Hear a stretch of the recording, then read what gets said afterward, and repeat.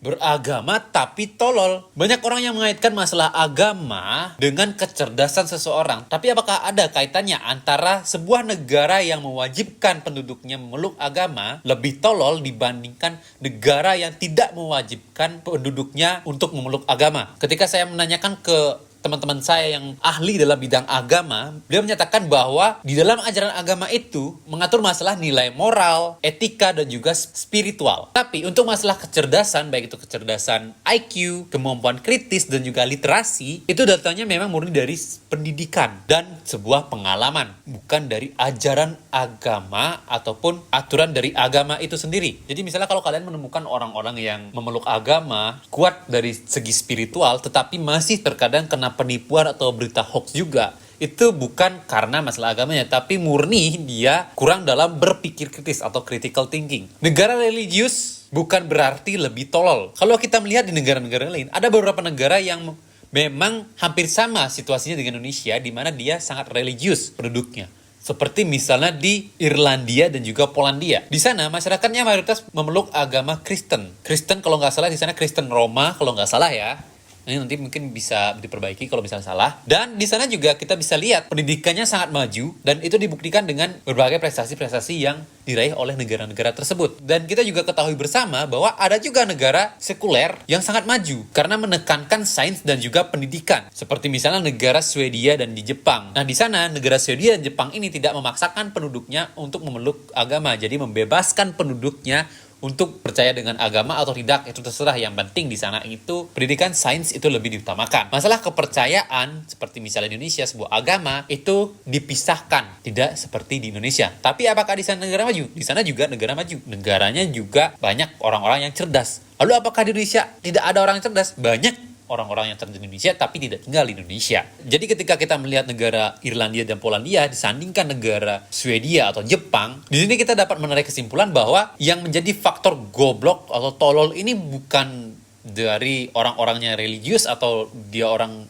beragama atau tidak, tapi bagaimana negara ini mengelola pendidikan dan budaya berpikir masyarakatnya. Di negara Indonesia, agama ini menjadi identitas sosial, di mana agama ini merupakan sebuah kepercayaan, tapi diwajibkan untuk memeluk agama oleh negaranya. Ini kepercayaan atau keyakinan, kita harusnya yakin tapi diatur oleh negara. Hampir semua masyarakat Indonesia itu wajib melampirkan agama di KTP-nya alias di identitas penduduknya.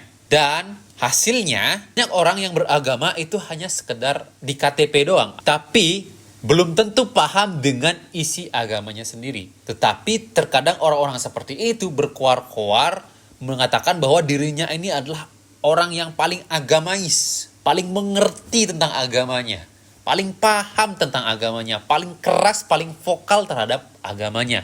Dan inilah yang membuat kesan beragama itu membuat kita tolol. Karena prakteknya itu lebih ke hanya sekedar simbol saja. Membawa nama-nama agama untuk mencari sebuah pengakuan yang ujung-ujungnya malah merendahkan ajaran agama itu sendiri. Dan inilah kenapa kesan beragama itu menjadi tolol di Indonesia, karena memahami betul dengan agama dan justru mereka tidak bisa berpikir kritis terhadap agama, tetapi mereka berkoar-koar paling lantang masalah agama. Berkoar-koar seolah-olah agamanya dia itu paling benar. Padahal kita ketahui bahwa tidak ada agama yang paling benar, tidak ada agama yang paling baik. Semua agama itu mengajarkan kebaikan. Yang menjadi permasalahan ini bukan di agamanya, tapi masalahnya adalah di tingkat literasi masyarakat itu rendah alias gak suka baca, dan ini mengakibatkan critical thinkingnya berkurang. Ada sebuah riset di Indonesia yang menyatakan bahwa Indonesia ini masih sangat rendah dalam hal literasi atau membaca. Dan ini saya alami sendiri. Dulu saya adalah orang yang paling anti membaca buku karena saya beranggapan bahwa membaca buku itu bisa lewat internet. Tapi ketika saya membaca buku lewat internet, saya malah scrolling media sosial. Dan akhirnya apa? Tidak membaca buku. Dan inilah yang membuat saya mulai beralih membaca buku. Dan ketika saya membaca buku, ada kadang desas-desus mengatakan saya sok-sokan baca buku. Padahal baca buku itu penting untuk melatih critical thinking. Dan sampai saat ini pun ketika saya kadang membeli buku, ada orang yang masih berspekulasi bahwa membeli buku itu buang-buang duit. Nggak ada manfaatnya. Dan ini juga salah satu faktor dasar, kalau kemampuan dasar aja yaitu membaca masih tidak bisa, pemahaman dalam memahami agama ini menjadi menyimpang karena tidak bisa berpikir secara kritis. Jadinya agama itu gampang dipelintir oleh elit-elit politik, elit-elit ekonomi demi kepentingan mereka pribadi. Dan masyarakat juga akan mengikuti permainan elit-elit ini karena masyarakat kurang berpikir kritis. Jadi mudah untuk diarahkan ke hal-hal yang bodoh atau tolol ya. Jadi bisa dikatakan bahwa agama bukan penyebab ketololan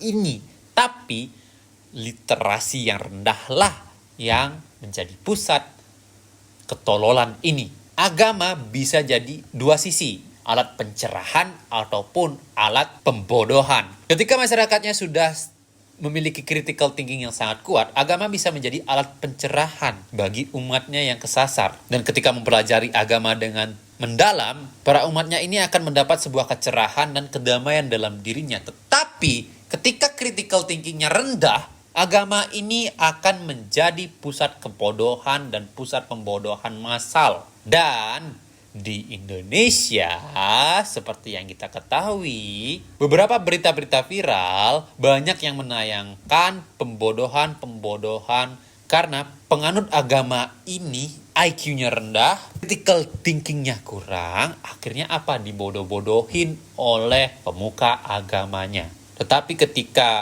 ketika orang yang memiliki critical thinking beragama, mereka justru akan mempertanyakan hal-hal yang menyimpang, tidak mudah dibodohin oleh oknum-oknum pemimpin agamanya itu sendiri. Dan agama kalau dipelajari secara mendalam dan diimbangi dengan ilmu-ilmu yang lain, agama ini bisa menjadi sumber etika, inspirasi, dan juga kebijaksanaan.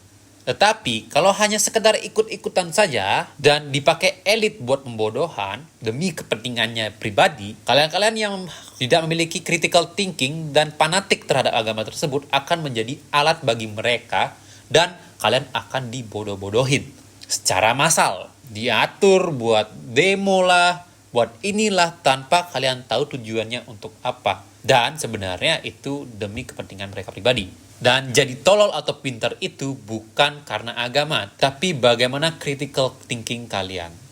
Jadi kalau misalnya ada statement yang mengatakan bahwa itu adalah negara paling religius tapi tolol, itu yang tolol bukan agama, bukan negara, bukan Anda, bukan siapa-siapa, tapi yang membuat tolol itu adalah critical thinking yang rendah alias literasi yang kurang, bukan agamanya. Dan kesimpulan di sini adalah negara yang religius itu belum tentu tolol. Negara yang sekuler yang tidak memaksakan umat warganya untuk meluk agama itu juga belum tentu menjadi negara yang pintar atau cerdas.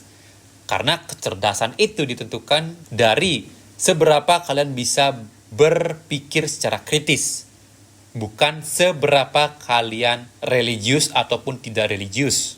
Yang bikin beda antara orang tolol dan orang pinter itu adalah kualitas pendidikan, daya berpikir kritis, dan bagaimana agama itu dipraktikkan.